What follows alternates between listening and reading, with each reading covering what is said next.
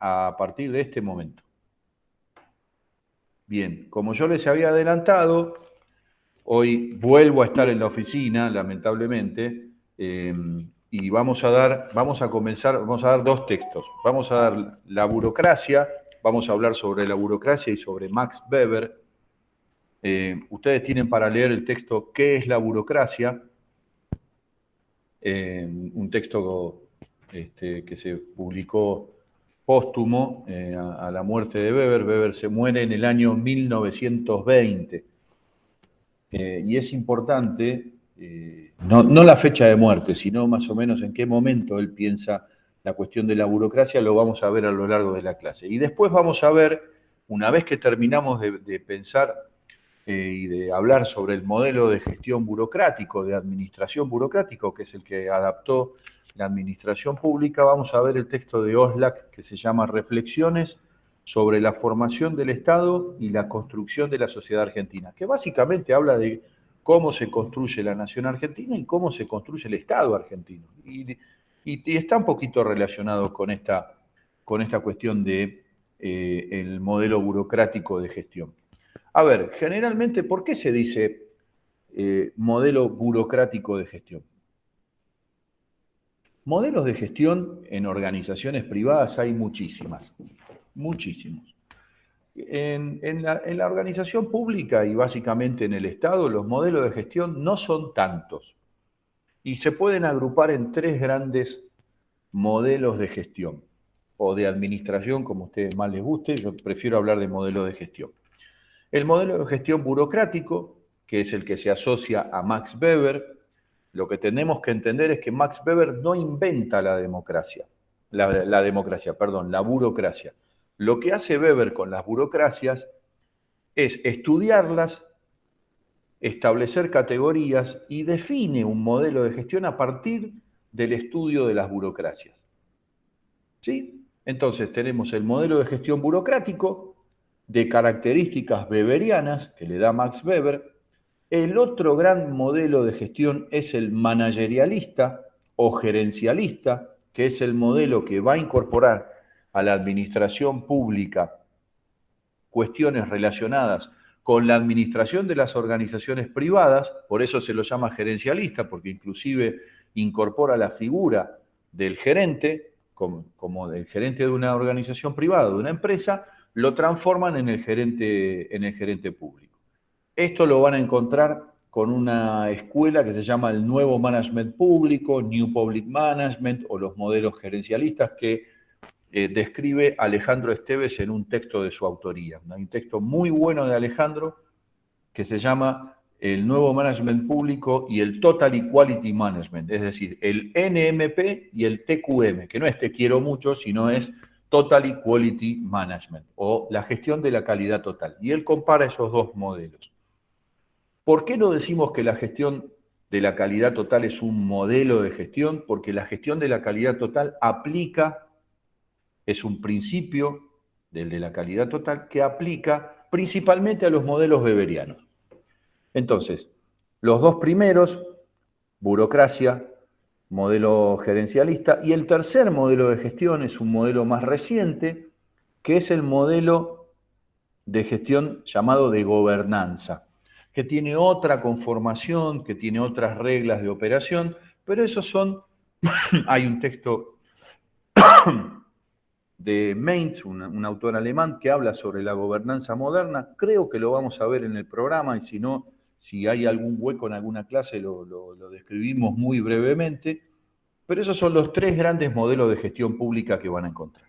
Entonces, vamos a hablar en la clase de hoy de qué es el modelo de gestión burocrática. ¿La burocracia nació con el Estado? No.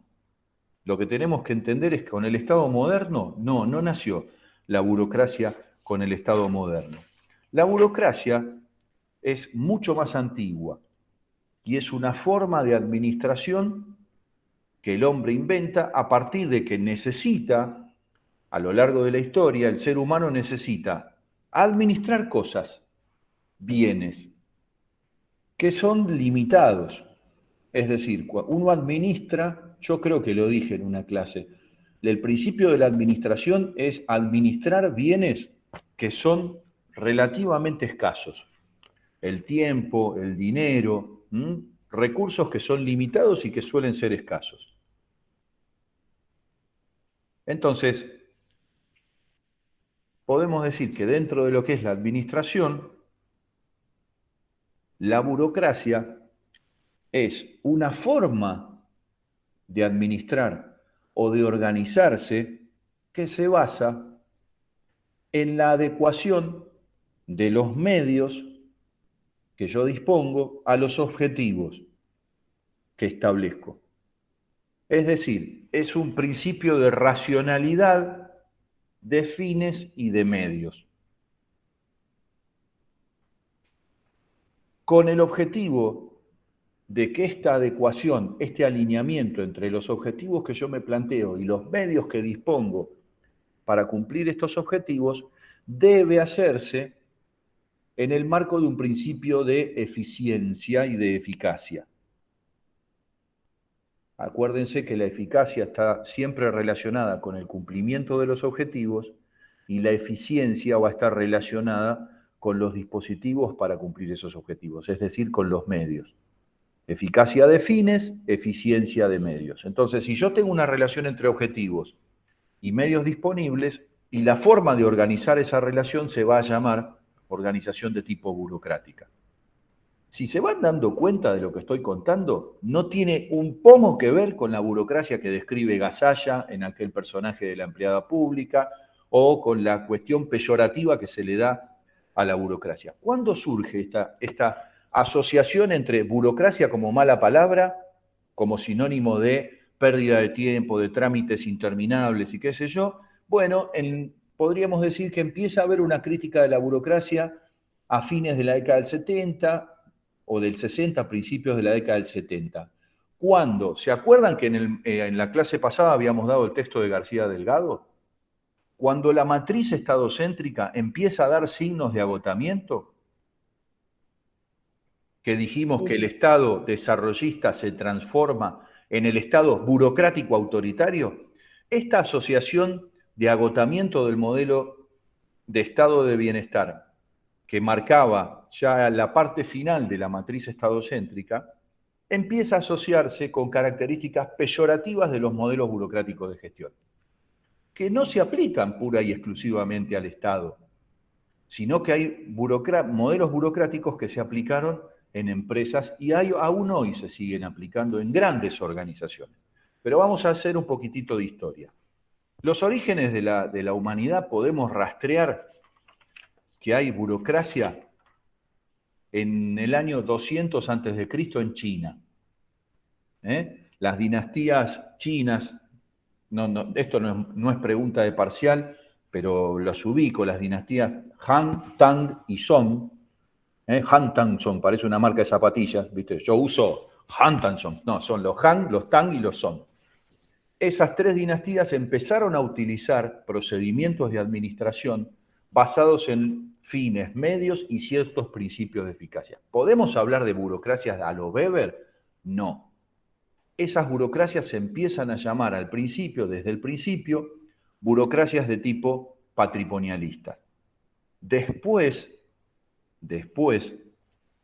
con el progreso de la sociedad y ya terminada la Edad Media, y con la revolución que se establece en lo que es el protestantismo, y me voy a detener un cachitito para poder explicar por qué se asocia la cuestión de la protesta de Lutero, de la cuestión de la religión protestante, con el origen de las burocracias.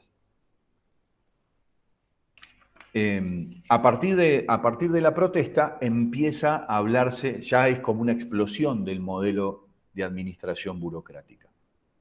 Ahora, hay una cuestión que se tiene que establecer. Desde la dinastía china hasta hoy, la burocracia va evolucionando. Podemos trazar como una línea evolutiva de la burocracia. ¿En qué cuestión evoluciona la burocracia? La evolución de la burocracia, esto puede ser pregunta de parcial, se puede basar en la racionalidad, es decir, la burocracia va evolucionando a medida que se vuelve más racional, como modelo de administración cada vez más racional, es decir, cada vez más adecuado fines con medios, hasta llegar al máximo de su racionalidad, que es el modelo de gestión burocrático weberiano. ¿Ok? Entonces, por eso decimos que Weber no la inventó la burocracia, sí le dio su máximo nivel de racionalidad. Dotó a la burocracia de características que la llevaron al sumum de la racionalidad. ¿Mm?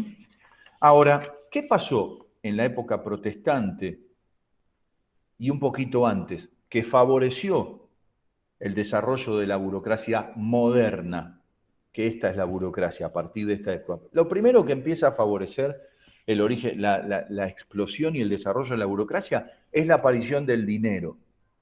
Dinero como moneda de cambio. El dinero existe desde la antigüedad. ¿Mm?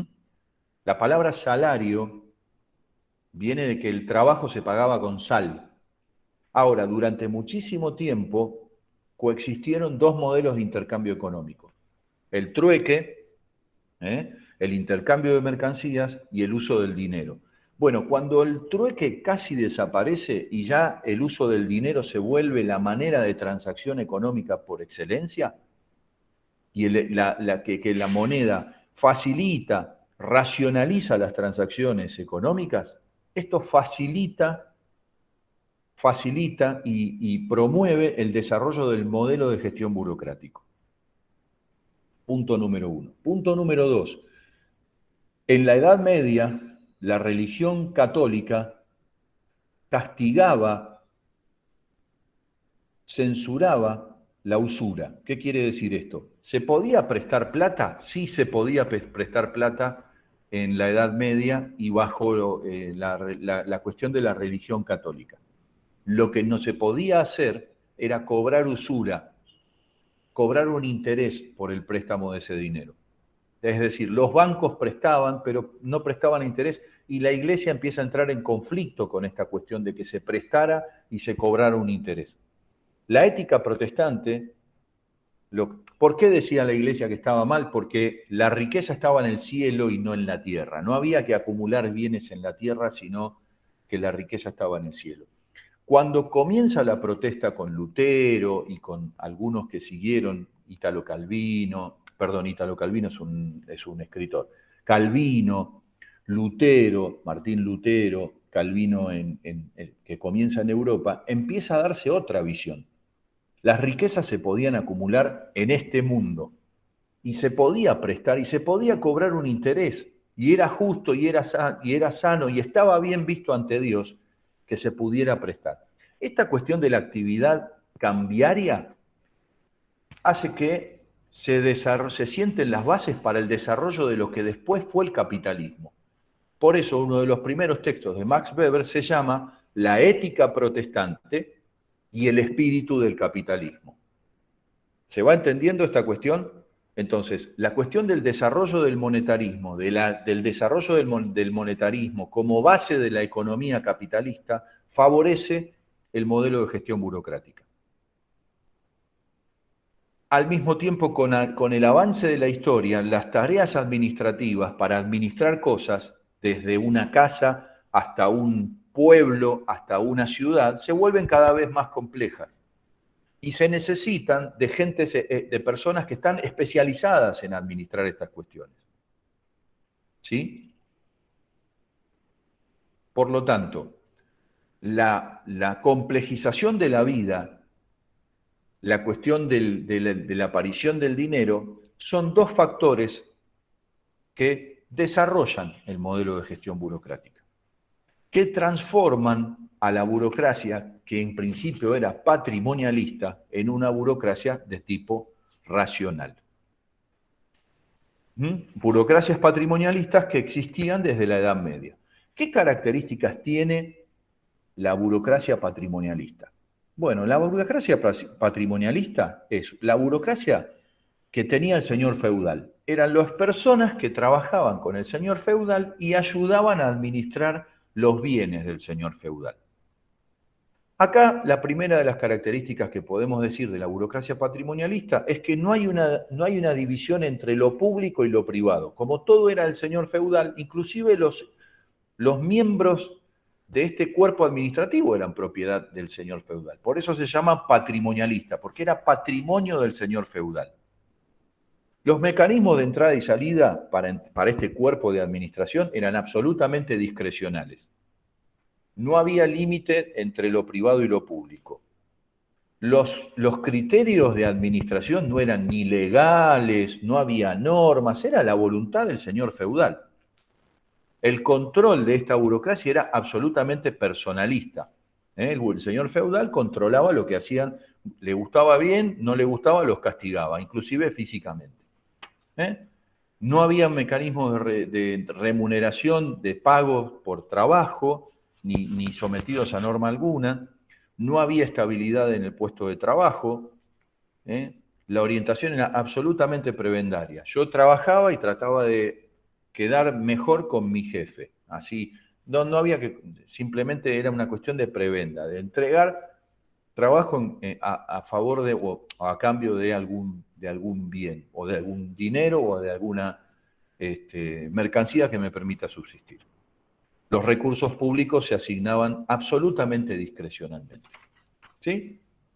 Ahora, esa burocracia patrimonialista que existe en la Edad Media evoluciona luego de la época de la Reforma, de la época protestante, a lo que se conoce como la burocracia moderna.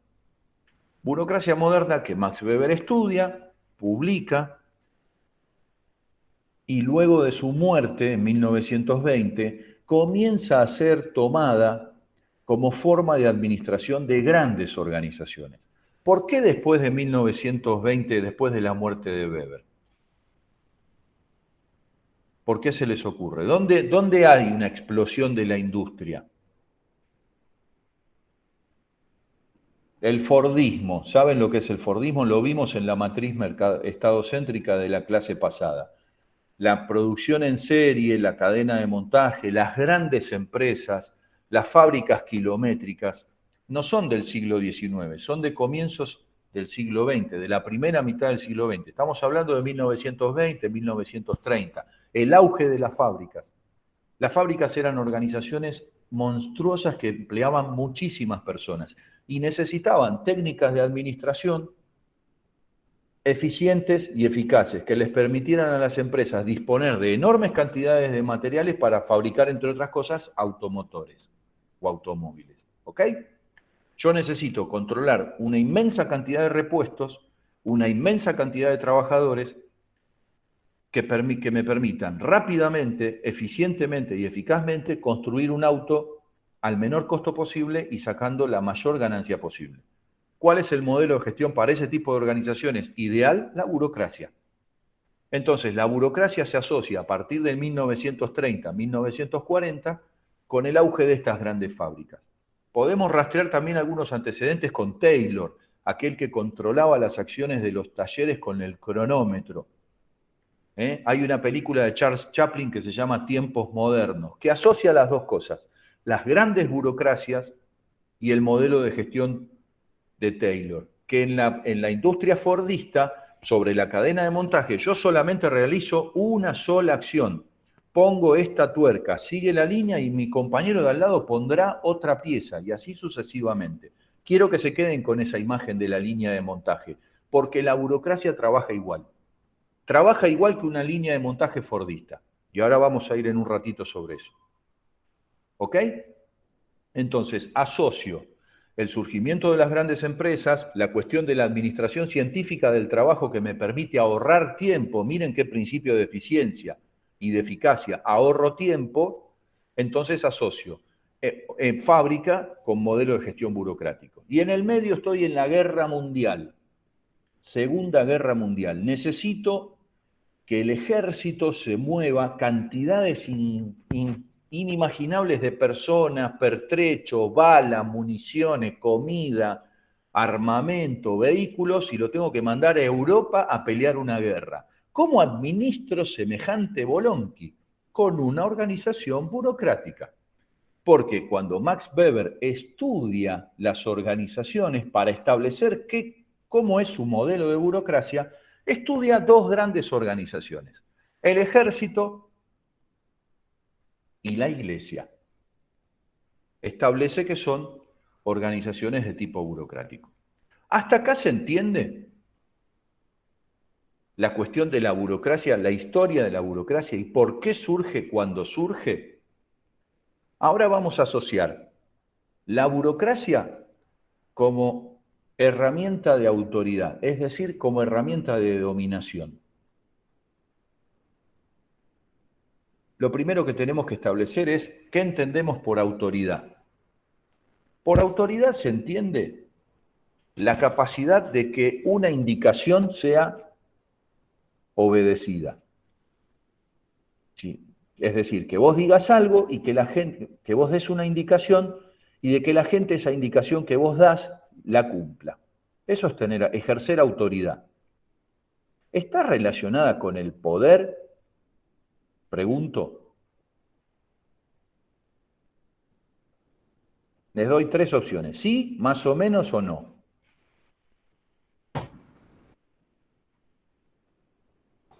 Sí, más o menos, diría yo. Sí, más o menos. Ah, bueno, este no la pierde nunca, esa pata. Si no la Nada, sí, gana, la sí. empata. Si no hay poder, no Absolutamente. hay autoridad. Si no tenés un poder, el poder es la capacidad de imponer mi voluntad sobre la voluntad de ustedes. Ustedes tienen más ganas de irse a casa a hacer cualquier cosa de que quedarse en esta clase. Pero como yo soy el que tiene el poder, los tengo sentados a ustedes acá hasta las 9 de la noche. Hasta las 9:30 de la noche ustedes son míos. ¡Muah! Soy el malo malísimo de todo esto y ustedes son míos porque yo tengo el poder. ¿Se entiende esto? Discúlpeme la locura, propio de lo que tengo, yo tengo problemitas, pero lo que quiero decir es, ¿el poder y la autoridad están relacionados? Sí. El poder es la capacidad de imponer mi voluntad sobre otro. La autoridad es que lo que yo diga se haga.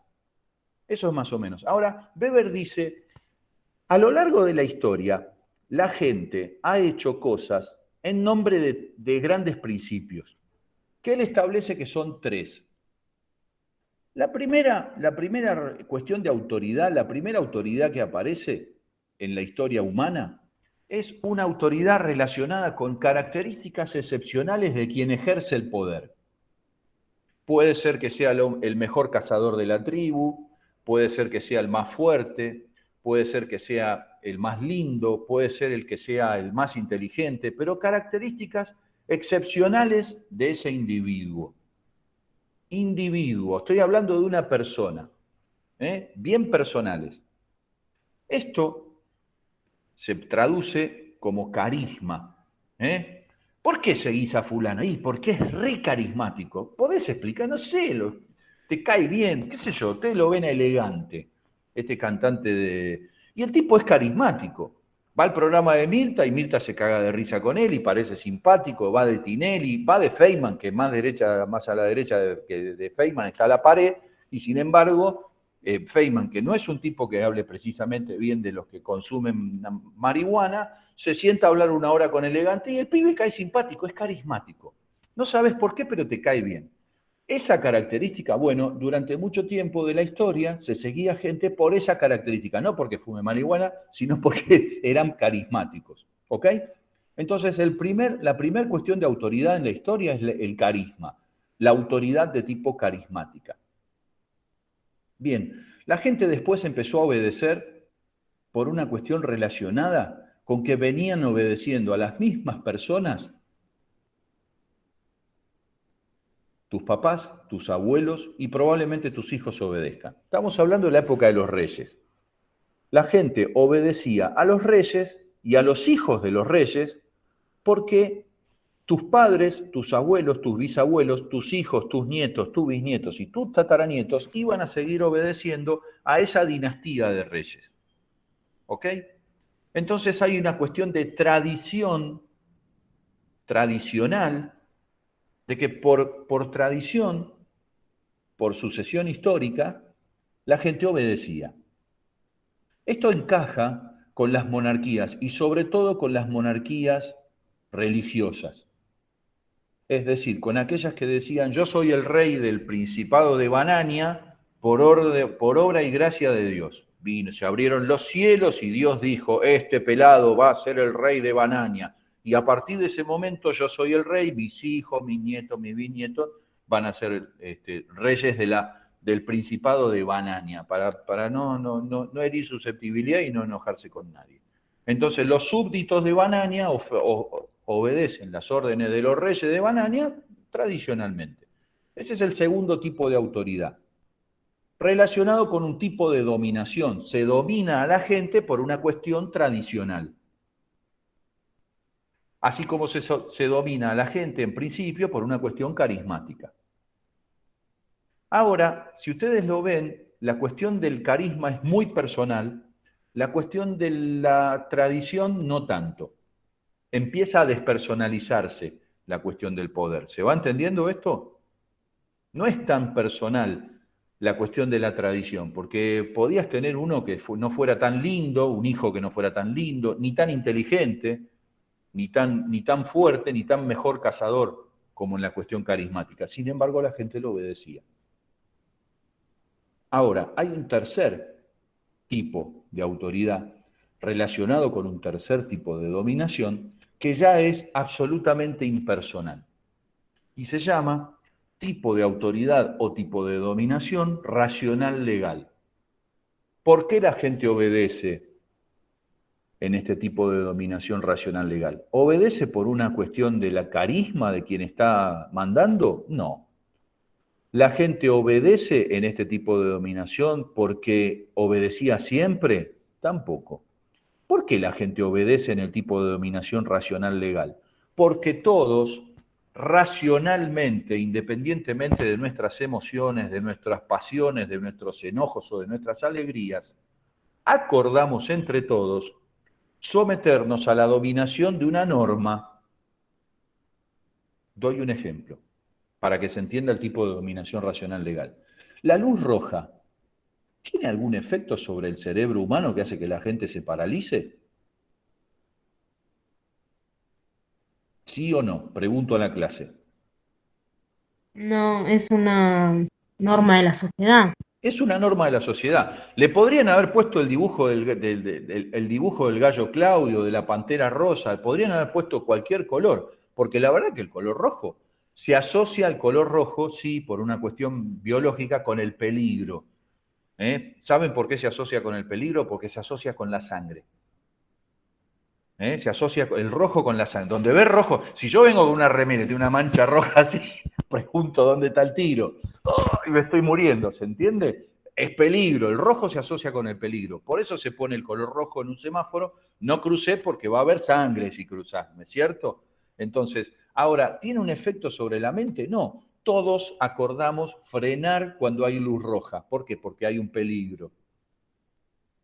Y hay una norma que dice, si hay una luz roja, usted no sea estúpido, frene. Y hay un castigo si no frenás. ¿eh? Si vos frenaste y no frenaste, no chocaste y no te mataste y te agarran, vas a tener que pagar probablemente una multa. Y todo eso está escrito en una norma. Entonces hay un principio racional legal que se impone y en el que todos estamos de acuerdo. Todos nos sometemos a esta norma. Por eso es un principio de dominación racional legal absolutamente impersonal, porque es la norma la que lo impone. ¿Y quiénes hacen la norma? Nosotros, mediante nuestros representantes. ¿Me siguen hasta acá? Ahora vamos a empalmar la dominación racional legal con la maquinaria de administración burocrática que Weber describe a lo largo de la evolución. Weber escribe sobre la burocracia al final, es uno de sus últimos temas. Escribe al final de la Primera Guerra Mundial, y no es un dato menor. Al final de la Primera Guerra Mundial, Weber, horrorizado por lo que fue la Primera Guerra Mundial, guerra que se llevó 14 millones de muertos entre civiles y militares, fue una masacre la Primera Guerra Mundial.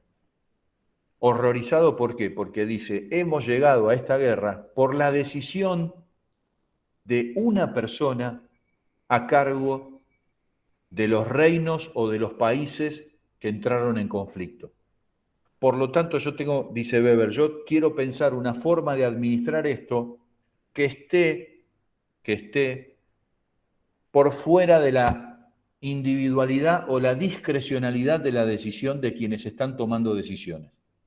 Es decir, tiene que haber algún principio de organización y de administración del Estado y de la cosa pública que, sin importar quién esté gobernando, permita controlar no solamente a grandes cantidades de población, a grandes cantidades de recursos, a grandes cantidades de materiales existentes, sino también poder controlar la decisión individual de quien momentáneamente está en el ejercicio del poder.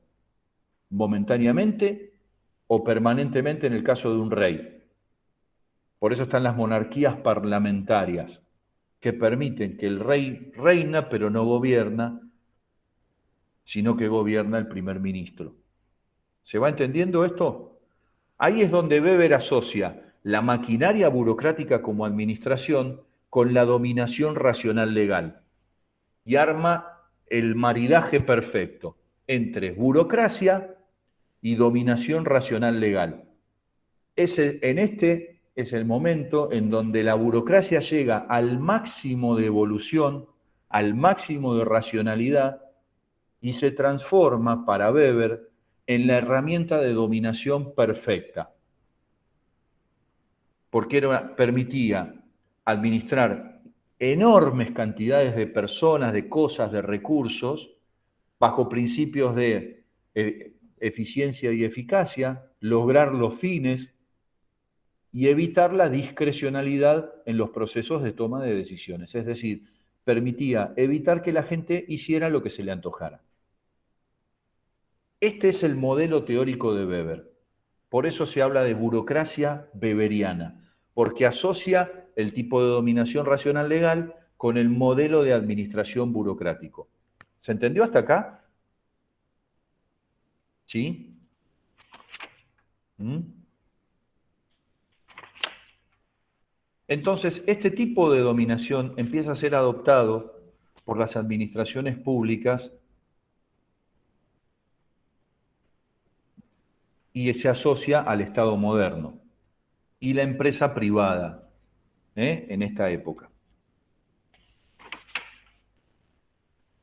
La burocracia, como modelo de gestión de Weber, se va a asociar con la gestión por normas, por procedimientos normativos. Por eso ya no hablamos de burocracia patrimonialista, sino hablamos de burocracia weberiana. La primera característica de la burocracia weberiana va a ser que se gestiona en este tipo de dominación racional legal precisamente por normas. ¿Cuál es la primera de las características de la burocracia? Bueno, el carácter legal de las normas y de los reglamentos que tiene ahí adentro. Las normas de operación y los reglamentos de procedimiento. Todo está reglado y todo está normado en la burocracia. Primera de las características. Segunda de las características de la burocracia weberiana. Las comunicaciones son formales y generalmente por escrito.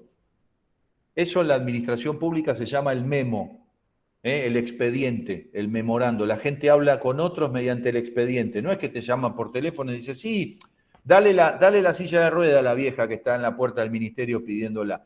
Se arma un expediente, se inicia en una oficina ese expediente empieza un trámite. Miren mis manos, por favor.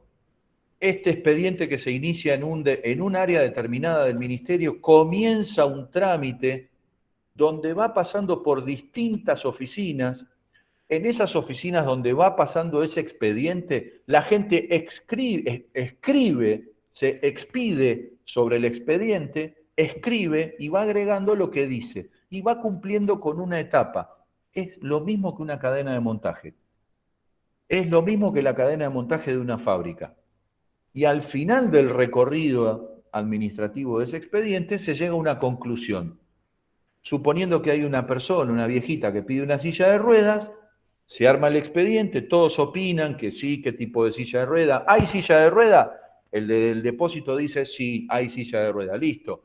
¿Está disponible? Fenómeno. ¿La señora verdaderamente necesita? Sí, acá está el certificado, papel que dice la viejita que sí, que necesita una silla de ruedas y lo dice un médico que está autorizado. ¿Por qué? Por la norma. No lo dice el profesor Girafales, lo dice un médico. Hay toda una cuestión legal, de papeles, ¿sí? Normativos, presente a lo largo de todo eso. Y finalmente le dan la silla de ruedas a la viejita que la pidió. Es una cadena de montaje similar a de una fábrica de autos. Lo que pasa es que en lugar de trabajar con repuestos, trabaja con papeles. Con papeles. Ustedes cuando entraron en la universidad tuvieron que presentar papeles. No dijo, hola, soy Javier Mouche, vengo a estudiar ciencias económicas. ¿Qué tal, Osvaldo Javier? Pase, por favor, acá y te quedás 4 años y te saliste contador o licenciado en administración. Tuviste que presentar un título secundario, un DNI, etcétera. ¿Sí? Tenés que cumplir con procedimientos normativos. Bueno, entonces hay una comunicación formal en las organizaciones burocráticas. El trabajo tiene un carácter racional. ¿Qué quiere decir esto? Adecuación de medios a fines. Y el trabajo se divide, las tareas se reparten. Cada uno hace una pequeña operación en la línea de montaje burocrática y se va especializando. Las relaciones de la burocracia son absolutamente impersonales. Ese es otro de los principios de la burocracia. Miren, voy a hacer un ejemplo. ¿Tienen el DNI a mano? ¿Tienen el documento a mano? ¿Lo tienen? Sáquenlo. Si lo tienen, sáquenlo. Sí. Vamos a hacer un experimento burocrático. Los invito a hacer un experimento burocrático. Vamos, saquen el DNI. Yo me voy a sacar los anteojos. Contribuye, si tienen lentes, sáquenselos. Y vamos a hacer el experimento. Pónganse el DNI lejos. Lejos. Y pónganse medio como sábado a la noche después de 4 cervezas y un whisky, medio con mirada de mamado. Medio así como, ¿quién es este? ¿Sí? Así. ¿Qué es lo primero que se ve? Más allá de que la cara, que nunca sale, nadie sale lindo excepto Brad Pitt. Yo no me quiero morir sin ver el DNI de ese hijo de puta, porque sale bien siempre, sale lindo siempre. Yo no sé cómo carajo hace Brad Pitt, pero nadie sale lindo en el DNI, ningún ser humano del planeta Tierra sale lindo en el DNI, excepto Brad Pitt. Pero yo parezco un narcotraficante, miren lo que es esto, parezco un narco en esta. Estoy en el pasillo de la muerte con esta foto. Parezco un narco, me voy a morir, estoy a punto de que me ejecuten. Ahora, me pongo así mamado, ¿y qué es lo que se ve a simple vista? ¿Se ve el nombre? ¿Qué cosa? El número. El número, ahí está, gracias, hemos terminado el experimento. Ahí estoy demostrando qué tan despersonalizada es la burocracia. No se ve ni el nombre, ni el apellido, ni el domicilio, ni el sexo, y a veces ni la cara, se ve el número. Y no hay nada más impersonal que un número. Para la burocracia, vos no sos Jimena, Erika, ni sos Abril, ni sos Diego López, ni sos Nicolás Ovico, o cualquiera de los 26 que estén en esta sala. Estamos 34 en este momento, ¿sí? No sos Mariela Fernanda Núñez, ni Mercedes Gallo, ni Mauro Treza, ni Matías Solomita, ni Facundo Parodi o Parodi Facundo. ¿Qué sos? El DNI número tal. Eso es absolutamente impersonal. Y fíjense el grado de presencialidad que tiene la burocracia, que cuando vos nacés, tu mamá o tu papá te anotan en el DNI, donde ya te encajan un número y que te lo guardás en el traste, porque te lo guardás en la billetera o te lo guardás en el pecho, en el pequio, o en los pequios, depende, te lo guardás en el pecho o te lo guardás en el traste, de acuerdo a dónde uses la billetera, pero que te acompaña todo el tiempo. Cuando vas a entrar al jardín de infantes, tu mamá y tu papá no dicen, ay, vengo a anotar a la nena, que es tan linda, tan simpática. No, ¿qué te dice la directora del jardín? Bueno, muy bien, teme el DNI de la criatura, donde dice que efectivamente es tu hija. A la señora, directora del jardín, le importa un pito que seas el papá y que venga todo baboso a anotar a su hija. Un papel tiene que decir que es tu hija, porque primero la criatura no sabe hablar. A los 2 años, estamos hablando de un maternal, ¿sí? La traes a la nena a un jardín maternal. ¿Te dice, hola, vengo con mi papá? No, hay un papel que tiene que decir. ¿Estamos? Cuando empezás el colegio lo mismo, cuando terminás el colegio te dan un papelito que dice que terminaste el colegio con un certificado analítico de materias. Cuando entras a la universidad otro tanto, si un sábado a la noche, con más o con menos copas, conoces a alguien, te enamorás y pretendés armar una vida juntos y decís, hola querida, querido, queride, ¿quieres casarte conmigo? Y él te dice que sí, vas a un lugar que se llama Registro Civil, donde tenés que presentar el DNI para que un juez diga, a partir de este momento, marido y mujer, esposo o esposa, esposos entre sí, esposes, lo que más les guste. ¿Sí? Continúas en la vida, sos padre, volvés a lo que hicieron con vos en algún momento, volvés a anotar a tus hijos mediante todo un proceso burocrático de trámite, y el día que te morís, no te morís hasta que alguien dice, se murió, y saca un certificado de defunción. Es decir, desde la cuna hasta la tumba, la burocracia te acompaña.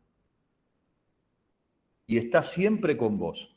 No es la radio que está siempre con vos, es la burocracia que está siempre con vos.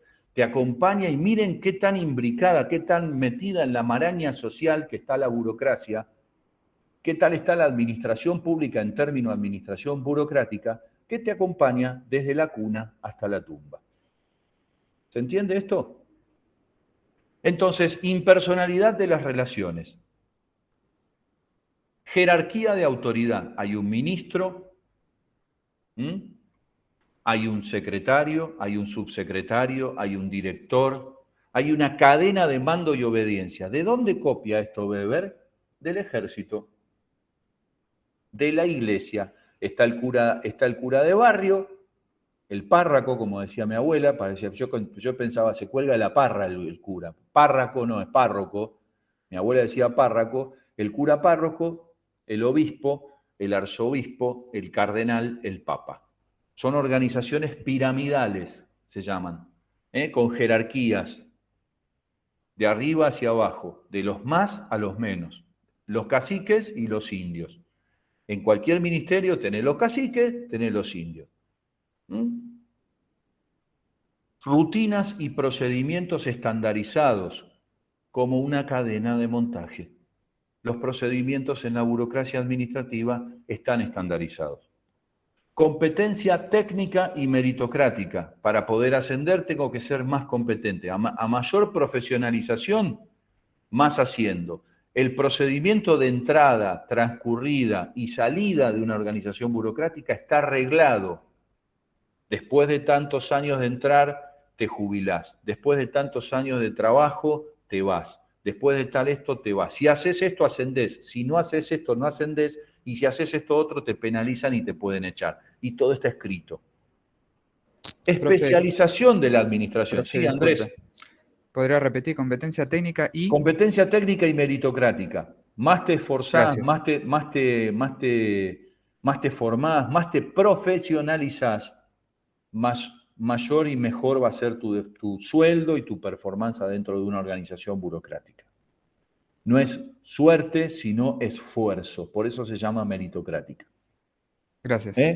Especialización de la burocracia. Independientemente de quién sea el dueño, no hay propietario de la burocracia. La burocracia no tiene dueño. Independientemente de quién gobierne, la burocracia sigue manejando y sigue operando. ¿Sí? Profesionalización de los participantes. Se vuelven especialistas en eso, se dedican full time a eso. Y la última de las características de la burocracia es la completa previsión del funcionamiento. Si hay algo previsible, es la burocracia. Yo sé dónde empieza, dónde termina, dónde empieza el trámite, cuánto tiempo dura, porque la duración de un trámite está absolutamente prevista. Es todo previsible en la burocracia. ¿Ok? Ahora, en estos momentos cuando yo doy esta charla, la gente está diciendo, siempre yo les leo la mente a los alumnos, y siempre sé que están pensando, ¿esto qué carajo tiene que ver con la burocracia que yo conozco en el ministerio o la burocracia que conozco en personal porque acabo de hacer el reclamo por el celular que no me anda, o con la burocracia que veo en la municipalidad o con la burocracia que veo en las Naciones Unidas? Bien, Weber pensó la burocracia que estoy contando en términos absolutamente ideales y teóricos. En términos ideales, esta burocracia funciona. ¿Cuál es el problema? Que la burocracia como ideal, precisamente es un ideal. Cuando se choca con la realidad, empieza a ser algunos problemas o empieza a desviarse del ideal. Se desvía del ideal. El ideal es, pero la realidad muestra una cosa distinta. Por eso se habla de desviaciones burocráticas o de buropatologías. Hay una clase que va a dar, creo que la da Esteves, si mal no recuerdo, cuáles son las enfermedades que tiene la burocracia que hace que se desvíe. Por eso a veces sucede lo que sucede y vemos la burocracia lamentable que a veces sufrimos. Cuando tenemos que hacer un trámite, cuando tenemos que comprar un remedio, cuando tenemos que pedirle algo al Estado, cuando tenemos que hacer un reclamo con la compañía de celulares. ¿Alguno de ustedes hizo un reclamo con su compañía de celular? ¿Qué tan buenas tardes? Si usted tiene ganas de mandarme a la mierda, presione el 1. Si me quiere mandar a cagar, presione el 2. Si me quiere mandar a la puta madre que me parió, presione el 3 y así sucesivamente. ¿Cuándo terminás hablando con una persona de carne y hueso? Never in the fucking life. Jamás. Entonces, ¿y qué estás haciendo eso? Estás lidiando con una organización burocrática, no estás lidiando con una empresa. Por eso quiero decir, también doy ejemplos de las empresas, de los privados, porque las grandes organizaciones también son burocracias, ¿sí? Y tienen despersonalización en las decisiones, y tienen trámites, y tienen estructuras, y tienen jerarquía, y tienen formalidad de las comunicaciones.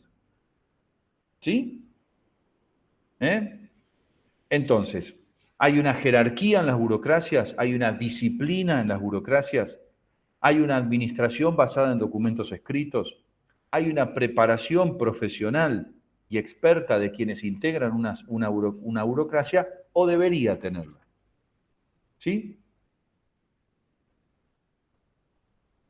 La burocracia no sirve al gobierno, sirve al Estado. Y retomo lo que di la primer clase de diferencia entre gobierno y Estado. La burocracia trabaja para un gobierno, pero en realidad es servidora del Estado. Por eso queda despersonalizada. El cargo es independiente del funcionario, es impersonal y el cargo es estable y permanente. ¿Para qué? Para que ningún gobierno pueda hacer lo que quiera con la burocracia. La remuneración de un burócrata es fijada por normativas. Es fijada por normas, se acuerda paritariamente, se firma un convenio colectivo, eso se hace un acta paritaria, la homologa el Ministerio de Trabajo, establece una grilla de salarios. Este sueldo implica que trabajar en el Estado deja de ser un pasatiempo, deja de ser una ocupación temporal, como en la burocracia patrimonialista, y pasa a ser un trabajo y una carrera profesional. ¿Sí? ¿Por qué es una herramienta de dominación perfecta? Porque es permanente, porque es superior técnicamente a otros modelos de administración pública, al menos en ese momento que Weber lo escribía. Después vamos a ver las fallas y los que contienen los otros modelos de gestión, porque los funcionarios están preparados técnicamente. En el Ministerio de Salud tenés a los que más saben de salud, a los que están especializados en salud, en seguridad otro tanto, en Cancillería otro tanto en relaciones exteriores. En el Ministerio de Gobierno tendrás a los que están especializados en asuntos de gobierno, de vinculación con las provincias. En la jefatura de gabinete, los que saben de temas de jefatura de gabinete o de gestión pública, etcétera, etcétera. En economía, los que más saben de presupuesto, y así sucesivamente. Se va especializando. Las consideraciones para los procedimientos administrativos son objetivas. No importa si soy amigo o menos amigo, si me cae simpático o menos simpático. Se cumple con una norma, con un procedimiento, con una normativa preestablecida. La burocracia se rige bajo el secreto burocrático. Tiene que ser discreto el burócrata. No puede andar contando cualquier cosa.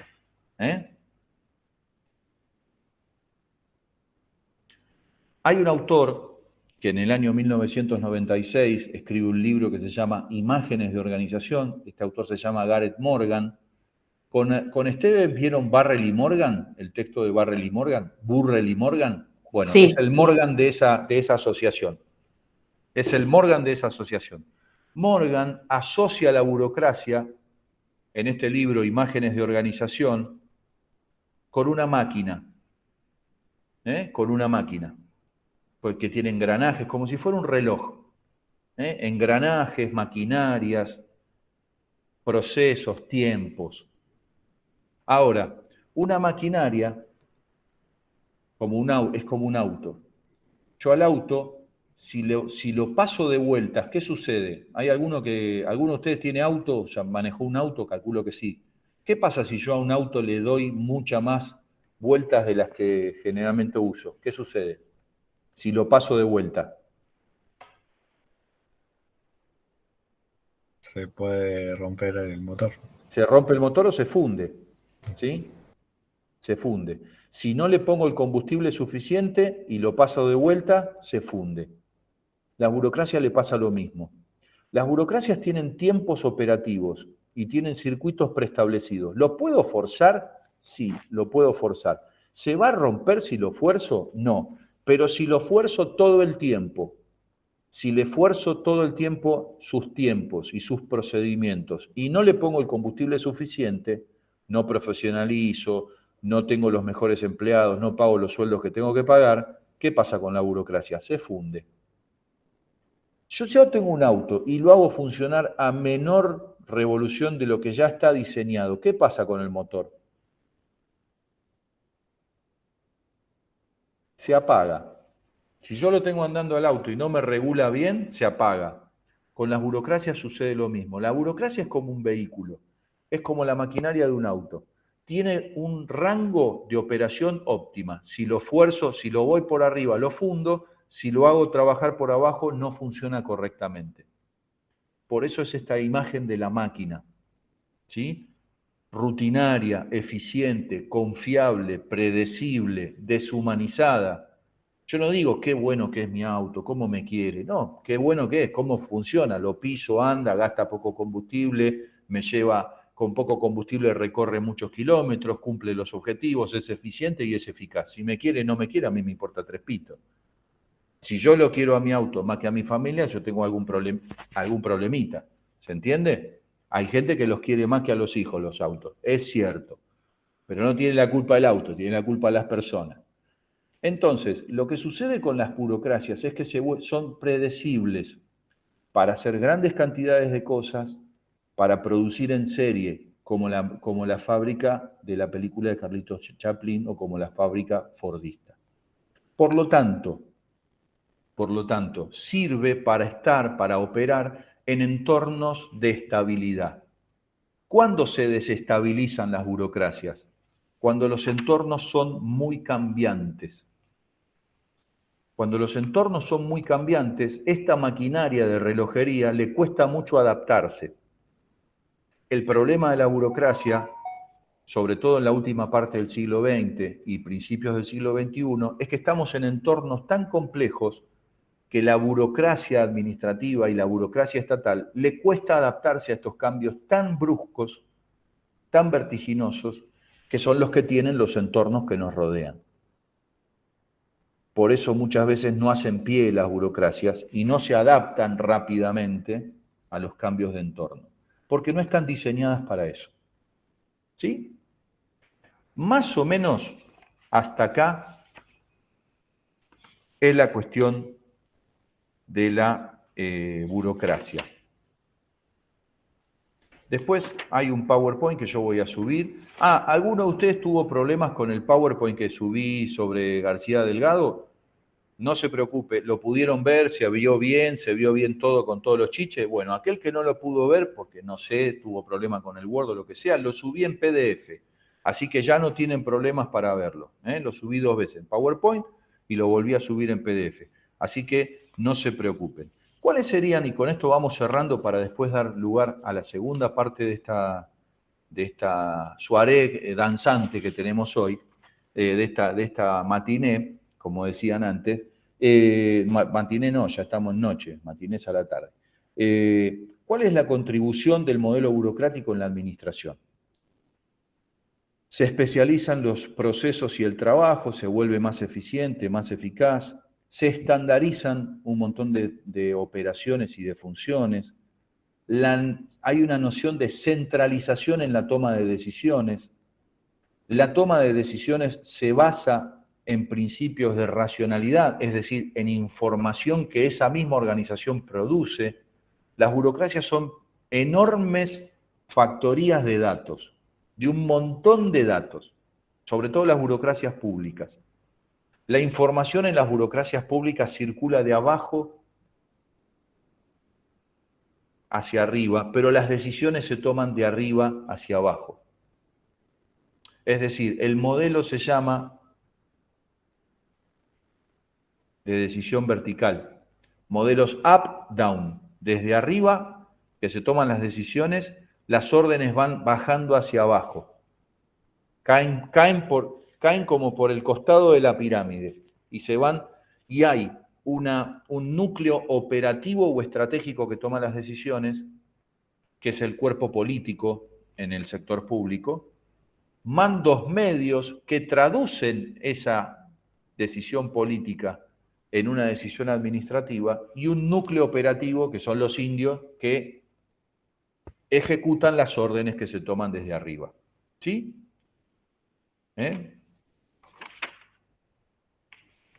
¿Cuáles son las críticas que se le suele hacer a la burocracia? Exceso de formalismos, exceso de papeleo, resistencia a los cambios, despersonalización de la relación, excesiva despersonalización, no tiene en cuenta criterios individuales, no los puede tener en cuenta porque no está pensada para eso. La categorización como base del proceso de decisiones, etiqueta cosas y a veces las etiquetas no suelen contener todo tal cual está, es decir, necesita que encaje todo en un molde y a veces hay que hacer fuerza para que se encaje en un molde. Un acuerdo a una jaula de hierro de rutinas y de procedimientos, ¿sí? Exhibición de algunas señales de autoritarismo, mucha dificultad para atender al público, no está especializada en atender al público. ¿Por qué? Porque los que atienden el público generalmente están en la base de la pirámide. Primero, soportando el peso de toda la estructura. Si hay algo para que están hechas las burocracias es para hacer pomada a las personas. ¿Por qué? Porque las transforman en herramientas, en engranajes de esta máquina. La burocracia despersonaliza. Si ustedes vieron tiempos modernos, Chaplin sale de la fábrica y sigue moviéndose como un autómata. No importa, algo, y comparto algo que yo he estudiado a lo largo de mi tarea. Yo hace 25 años que trabajo en el Estado, después trabajé como consultor, a veces como funcionario, pero trabajé en la administración pública hace 25 años. No tengo planta permanente en ningún lado, es decir, no tengo un cargo estable en ningún lado. Me toca hacer un estudio en una burocracia del poder legislativo. Los mayores casos de licencias psiquiátricas, de adicciones a todo tipo, a drogas y alcohol, y de problemas mentales, los encontré en las tareas más rutinarias y despersonalizadas de la pirámide. Generalmente están en servicios generales, en mantenimiento. ¿Se entiende? Es tanto el peso de la máquina burocrática que a los de abajo los pulveriza. Y son los que atienden al público. Y en las oficinas públicas, ¿a quién mandan a atender el teléfono o el público? ¿Al nuevo o al castigado? Entonces tienen problemas para atender al público estas burocracias. ¿Ok? Bueno, más o menos, a grandes rasgos, esto es el modelo burocrático weberiano de administración del sector público. ¿Sí? Voy a subir un PowerPoint muy completo sobre esto, con las filminas que explican todo esto. ¿Sí? No se van a encontrar con ninguna sorpresa. ¿Se entendió hasta acá? ¿Alguna duda? ¿Alguna consulta? Bueno, Nicolás Sobico, ¿Sóbico o Sobico? No sé. Para mí es Sobico porque no tiene tilde, entonces sos Sobico. Dice, buenísimo. Bueno, gracias, Nicolás. Pasamos al segundo texto y ya promediando la clase, acá dice Mendoza, Kisber, Mendoza, Mónica, se entiende, profe. Fíjense la cuestión burocrática, bien burocrática. Primero el apellido, después el nombre. ¿Vieron el Kisber? Mónica, y se escribe con mayúscula los apellidos y los nombres con minúscula. Bueno, un texto que es el de Oscar Oslak, Reflexiones sobre la formación del Estado y la construcción de la sociedad argentina.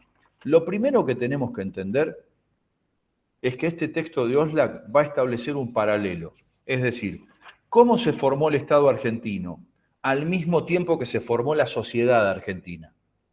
No es que el Estado se forma sobre una sociedad preexistente. Al mismo tiempo que se forma la sociedad argentina, que se deja de ser la sociedad colonial, la colonia, y se arma una sociedad moderna, al mismo tiempo el Estado y la sociedad civil se van formando. Eso es lo primero que tenemos que saber de este texto. ¿Sí? ¿Qué es lo segundo que tenemos que saber? Este proceso de formación, tanto del Estado como de la sociedad argentina, obedece a un conflicto y a una tensión. No fue pacífico. No fue la evolución natural de la sociedad colonial para transformarse en la sociedad moderna, como sí sucedió en otros países. Acá fue un proceso de avances, de retrocesos, de tensiones, de conflictos, de guerra, que hizo que esta sociedad colonial, con este gobierno colonial que estaba en el Cabildo y todo lo que ustedes se acuerdan cuando se acuerdan de la epopeya de Mayo, conformó un Estado moderno y una sociedad civil moderna. ¿Sí? ¿Por qué? Primero porque en la sociedad colonial había un andamiaje institucional poco evolucionado que impidió una continuidad entre la colonia y la conformación del Estado. Hubo un proceso de ruptura, hubo marchas y contramarchas. Este proceso no fue lineal, no fue una línea de tiempo, fueron marchas, contramarchas, cosas que sucedieron en paralelo, cosas que se impusieron desde arriba, no fue la sumatoria de partes, y todo este proceso lo que conformó fue un orden social, político y un orden de Estado. ¿Cuáles fueron los elementos que estaban dando vuelta por ahí que sentaron la base de este proceso? ¿Y qué fue lo que contribuyó a la formación del Estado argentino?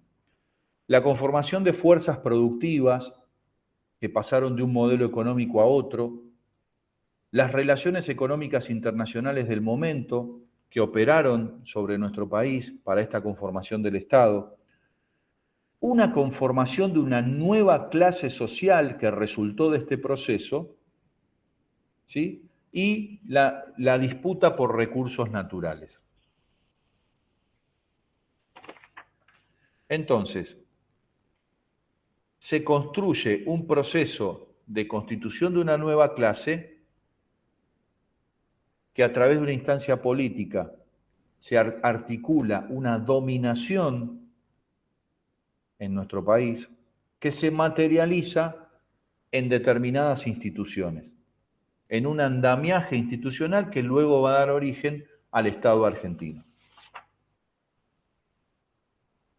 Ahora dice Oslak, para poder saber si llegamos a construir el Estado argentino, ¿cómo hacemos? Bueno, Oslak dice, cuando hay un Estado se cumplen con 4 atributos.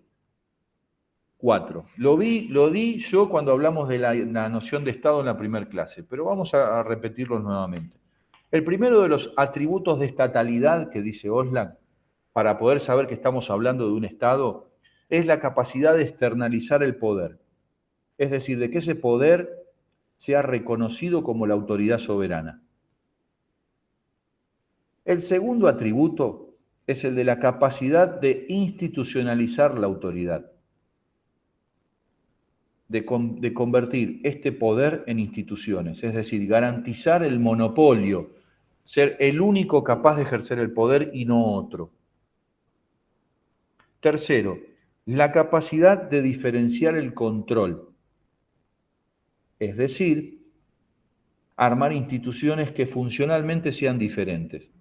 Ejemplo, construir ministerios o construir distintos poderes, un poder ejecutivo, un poder legislativo, un poder judicial, en el caso de un régimen republicano de gobierno como es el nuestro, que se divide en 3 poderes, que tiene 3 niveles de gobierno, nacional, provincial y municipal. Fíjense, esto es la diferenciación del control, a la que hace alusión Oscar Oslan. Y la cuarta, la capacidad de internalizar, de hacer interna, sin que nos demos cuenta, cierta identidad colectiva. Es decir, la manipulación ¿de qué cosas? De los símbolos. Acá está. El símbolo patrio, la bandera, que hace que nos reconozcamos como súbditos, ciudadanos, obedientes de determinado Estado, por ejemplo. ¿Sí? ¿Y eso cómo se hace? Internalizando la identidad colectiva mediante la manipulación simbólica a través de dispositivos que son la educación, la ideología, la cultura, y que hace que nos reconozcamos como paisanos, como propios del país. ¿Sí? La dominación colonial que existía en 1810 con el cabildo, la vendedora de mazamorra y todo lo que vimos en la fiestita del 25 de mayo, no conformó una transición hacia el Estado-Nación. Fue un proceso de redefinición de marcos institucionales que adecuó, acomodó y le dio espacio a la vida social preexistente y la empezó a organizar, la empezó a meter en un molde, de a poco y con cierta resistencia, sobre todo del interior del país. Hubo resistencias en este proceso. Que pasamos de un Estado no nacional, de una sociedad civil no nacional, un proceso de redefinición, de determinación mutua de estas 2 esferas, pasamos a un Estado nacional y a una sociedad civil nacional. En el virreinato del Río de la Plata había una población dispersa que se dedicaba a la ganadería extensiva y a una primitiva agricultura.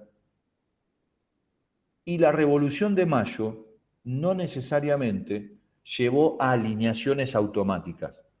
La revolución se inicia en Buenos Aires, pero hubo que exportarla hacia el interior y hubo que obligar a muchas provincias a sumarse a la Revolución de Mayo. Es decir, mientras empieza a surgir algo en Buenos Aires, mientras empieza a existir una administración nacional, existió una administración colonial en las provincias que coexistió al mismo tiempo. A punto tal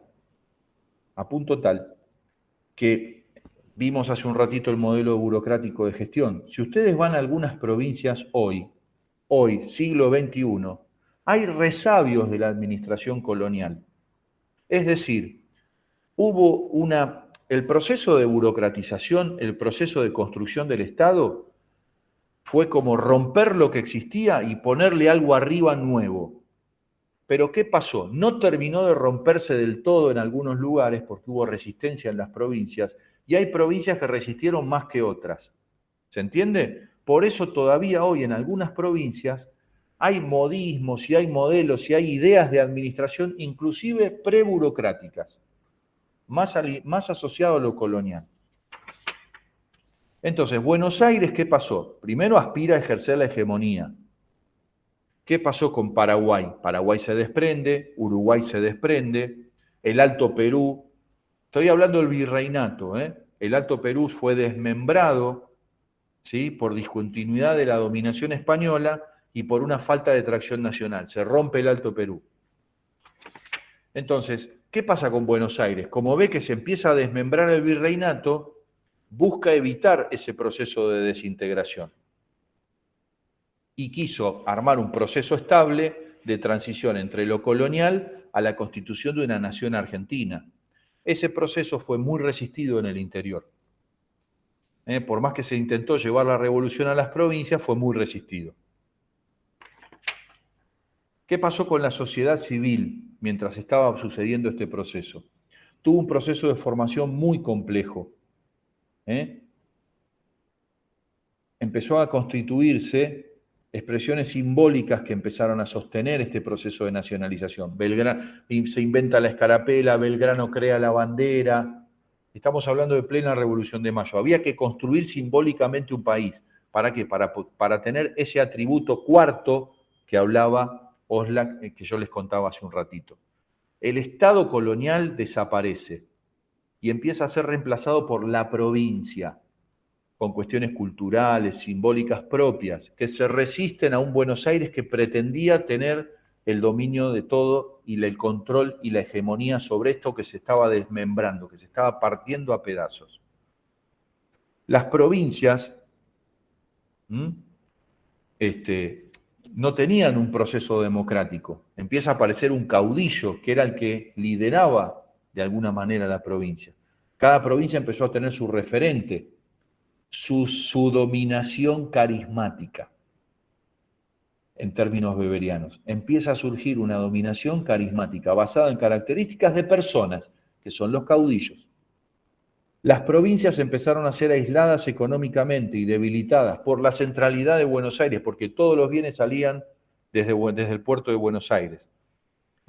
Entonces, ¿qué empieza con algunas provincias? Por un lado, compiten con Buenos Aires, se enfrentan, lo detestan, pero por otro empiezan a tender relaciones con Buenos Aires porque necesitaban hacerse de ciertas ventajas económicas. Era el dilema del prisionero. ¿Colaboro con Buenos Aires o me muero? ¿Sí? Entonces empieza a haber una división entre los que se resistían a Buenos Aires y los que querían colaborar con Buenos Aires para obtener algún beneficio o ventaja económica. Y empieza a armarse una incipiente economía de mercado. Surgen condiciones para empezar a hablar de economía de mercado, se consolidan algunas expectativas de organización nacional, se allana el camino a la formación de un Estado nacional. Esto es lo que Oxlack escribe como orden y progreso, que es el lema de la bandera de Brasil, por otro lado. Este proceso plantea una necesidad, regularizar el funcionamiento de la sociedad no podía hacer lo que quería para poder armar una economía de mercado, establecerle parámetros nuevos al sistema productivo, pero había ciertos obstáculos que eso permitían que ese proceso no se hiciera tan fácil. Lo primero es que había inseguridad. Este Estado estaba en guerra con las provincias, con algunos países y con los indios en el sur. Desde Buenos Aires para el sur estaban los indios. Estaba muchísima conflictividad. Había un andamiaje institucional en esta época débil. No había garantías a la propiedad privada suficiente como para poder formar una clase capitalista. Y había una dispersión poblacional, prácticamente mucho territorio y muy poca población, y la poca población que había concentrada en Buenos Aires y en alrededores de algunos centros provinciales. Entonces, había que ponerle una nueva forma de funcionar a esta sociedad y a este Estado. Ordenar este Estado, ordenar esta sociedad para poder hablar de progreso. Una vez que se rompe el orden colonial, se establecen principios de ciudadanía, de legitimidad, de roles dentro de las relaciones sociales que este proceso fue engendrando. Esto provoca un enfrentamiento entre Buenos Aires y el interior, y que por medio de la penetración represiva, cooptativa, es decir, algunos se beneficiaban de trabajar con Buenos Aires los cooptaba. Esta penetración material de establecer Buenos Aires sedes administrativas, aduanas secas, delegaciones del incipiente gobierno nacional en el interior de las provincias, hace que empiece a meterse y a penetrar Buenos Aires y el Estado nacional o central, que todavía no era nacional, en el interior del país. Empieza a constituirse una nueva clase dominante, que se constituye y se va reconstituyendo. Hay un proceso de idas y vueltas de una nueva clase dominante,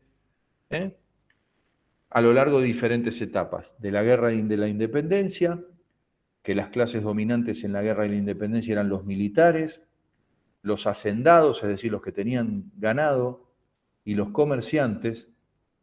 Pasamos a la Confederación Argentina, la época de la Confederación Argentina, ya mediados de la década de 1820, comerciantes, ganaderos, laneros, caudillos, que eran ex militares de la Guerra de Independencia, y después de 1862, que había una burguesía agroexportadora, ya no solamente ganadera, sino agrícola también, una burguesía comercial y una burguesía institucional del Estado y militar.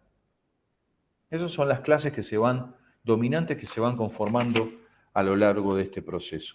¿Sí?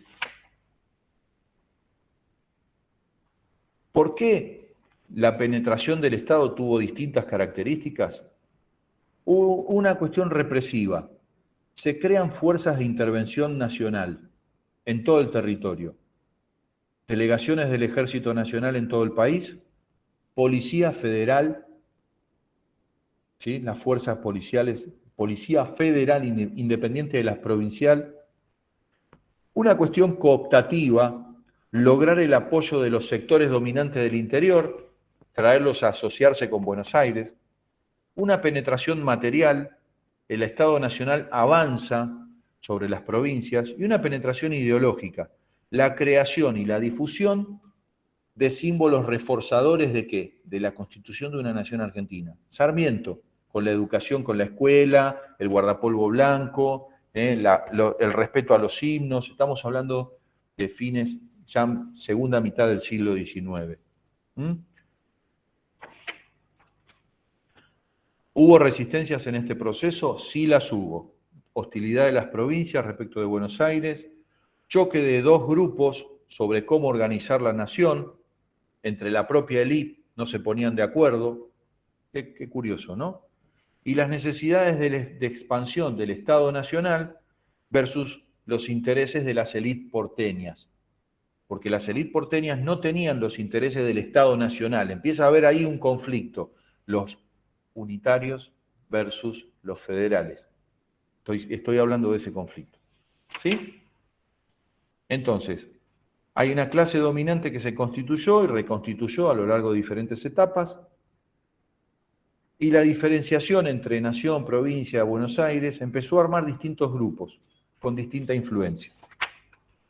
Empieza a formarse una burguesía necesaria para la constitución de una sociedad capitalista.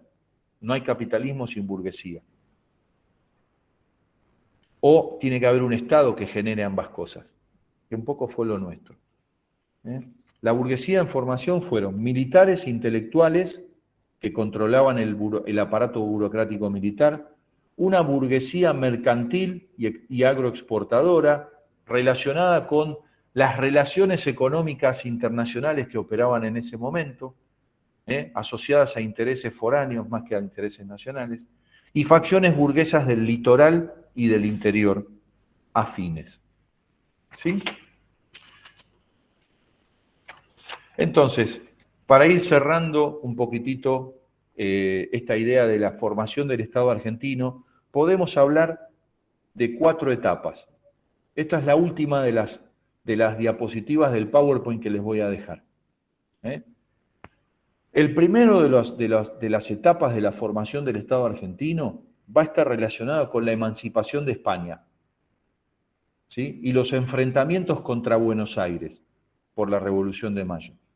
Estas etapas duran entre 1810 y 1852.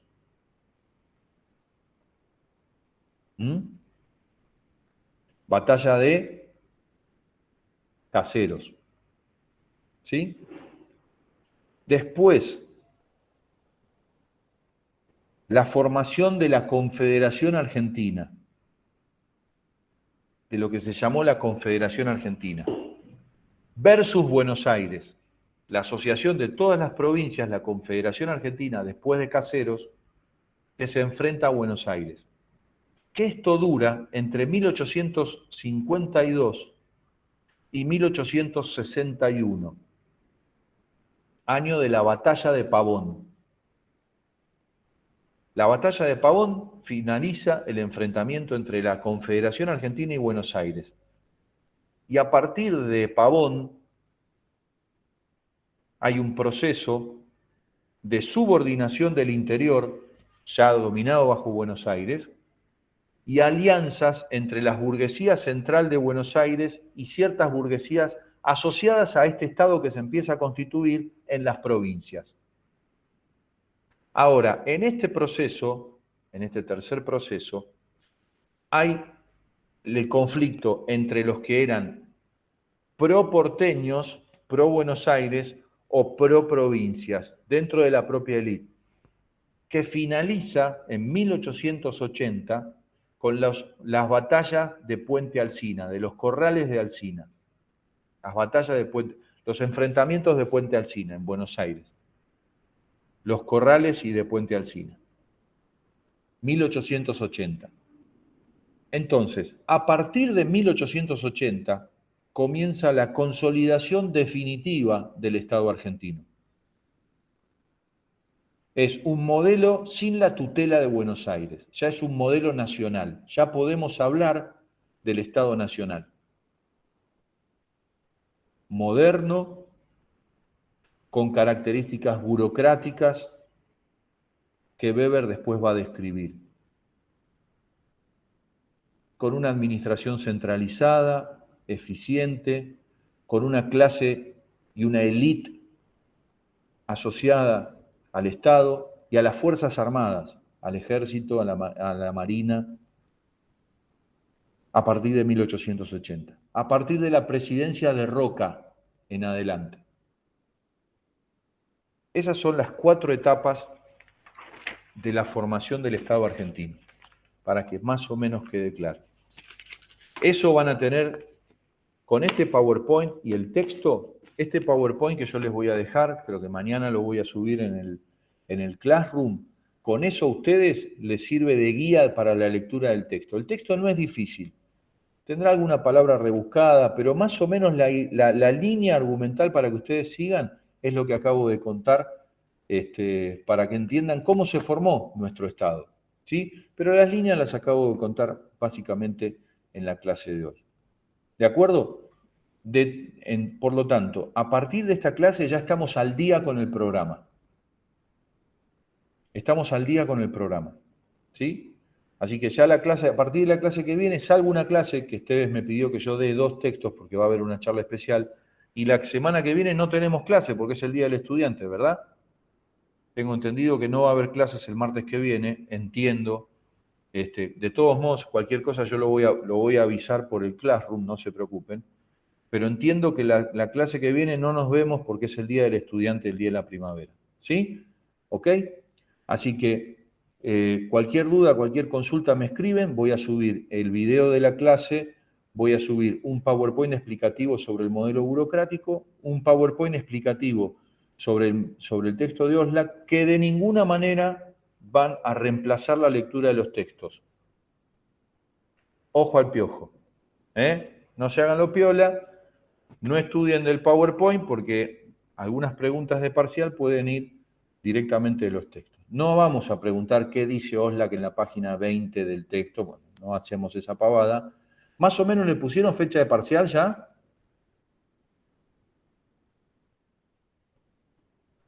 No, están haciendo así, no. 22 de octubre. 22 de octubre, todavía nos falta un rato.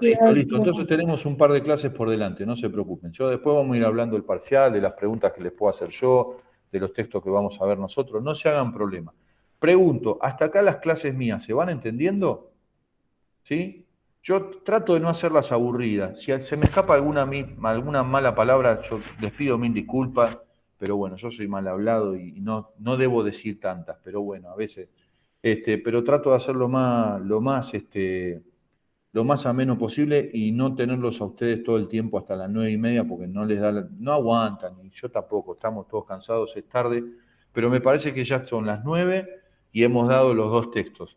Espero no haberlos cansado mucho. Si llega a haber alguna duda, alguna pregunta, me escriben, me mandan un correo, yo se los contesto, no hay ningún problema. ¿Ok? Bueno, chicos, nos vemos, si no el martes que viene, el otro martes. Si no nos vemos el martes que viene, feliz Día del Estudiante para todos ustedes y que empiecen bárbaro la primavera. Cuídense mucho. Nos vemos. Chao. Gracias, profe. Chao, profe. Buenas noches. Muchas gracias. Buenas noches, profe.